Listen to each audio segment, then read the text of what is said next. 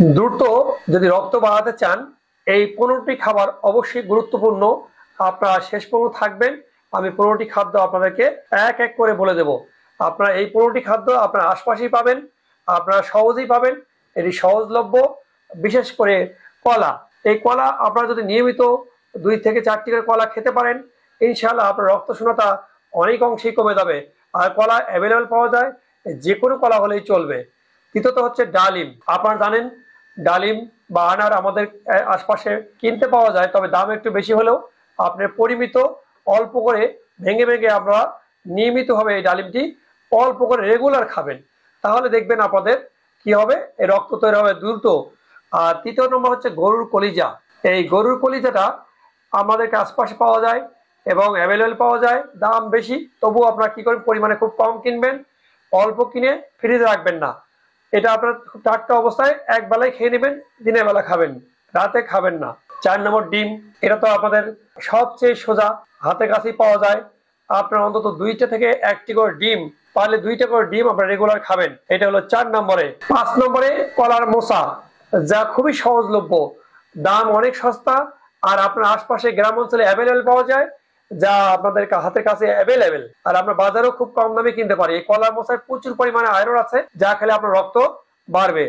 6 নম্বরটা জাম। জাম এখন শেষ পর্যায়ে, তবু আপনারা যে কয়দিন পাবেন আপনার এই কালো জাম রেগুলার 50 গ্রাম 100 গ্রাম খাওয়ার চেষ্টা করবেন। 7 নম্বর তরমুজ। এই তরমুজ কিন্তু আপনারা সারা বছরই পাবেন, বর্তমানে সারা বছরই পাওয়া যায়। এই তরমুজ আপনারা একটু একটু করে খাওয়ার চেষ্টা করবেন, ইনশাআল্লাহ আপনার ব্লাড বেড়ে যাবে। 8 নম্বরে যান বিট বা বিটরুট। এই পাউডার কিনতে পাওয়া যায়, আর শীতকালে অ্যাভেলেবেল বিটটা কিনতে পাওয়া যায়। এটা আপনারা বেশি খাওয়া যাবে না, বেশি খেলে শরীর কষা হয়ে যাবে। আপনারা অল্প করে রেগুলার খাবেন, ইনশাআল্লাহ আপনার পায়খানা কষা হবে না এবং রক্ত বেড়ে যাবে। 9 নম্বরে আপনাদের কিশমিশ। এই কিশমিশ কিন্তু আপনাদের অনেক খেতে হবে না, অল্প কয়টা দানা আপনার রাতে ভিজে রাখবেন, সকালবেলা পানি সহ কিশমিশটা খাবেন, আপনার রক্ত বৃদ্ধি পাবে। 10 নম্বরে হলো খেজুর।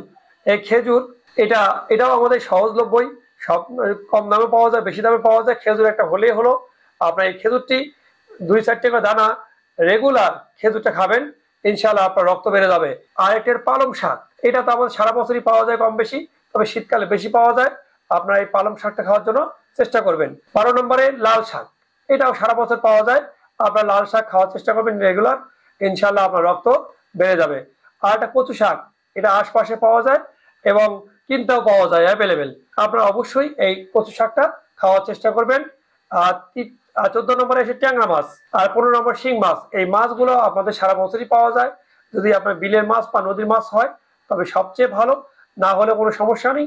আপনারা এই শিং মাছ ট্যাংরা মাছগুলো খাওয়ার জন্য চেষ্টা করবেন, ইনশাআল্লাহ আপনার রক্ত বেড়ে যাবে 100%। আপনাদের যদি ভালো লাগে থাকে আপনারা অবশ্যই আমার চ্যানেলটা সাবস্ক্রাইব করে দিবেন। ধন্যবাদ সবাইকে।